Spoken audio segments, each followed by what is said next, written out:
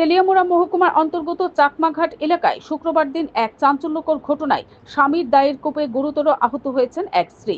জানা যায়, স্বামী স্ত্রীর মধ্যে কোনো এক বিষয়কে কেন্দ্র করে বিবাদ সৃষ্টি হয়। এরপর স্বামী জাকির হোসেন নিজ স্ত্রী নূরজাহান বেগমকে দা দিয়ে কুপিয়ে রক্তাক্ত করে ঘরে ফেলে রাখে। পরে নূরজাহান বেগমের চিৎকার চেঁচামেচি শুনে এলাকার লোকজনেরা এসে গুরুতর আহত নূরজাহান বেগমকে ঘটনাস্থল থেকে উদ্ধার করে নিয়ে আসে তেলিয়ামুড়া মহকুমা হাসপাতালে। পরে হাসপাতালে কর্তব্যরত চিকিৎসক প্রাথমিক চিকিৎসার পর তড়িঘড়ি আগরতলা জিবিপি হাসপাতালে রেফার করে দেয়।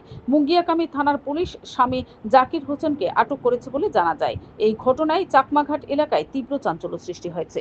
Bureau report, BTV Tripura news. আমি তো ঘুমাইছিলাম, আমার কাকা লাগার কাকি আর কি দুজনে কিস্তি করতে, তাই এরা ডেলি কিস্তি করে লেগে আমি আজকে গেছি আর কি দিলাম, ঘুমাইছিলাম।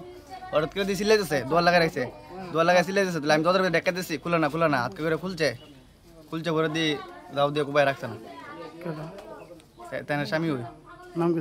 জাকির হোসেন। যারা মারছে ওনার নাম কি? নূরজাহান বেগম।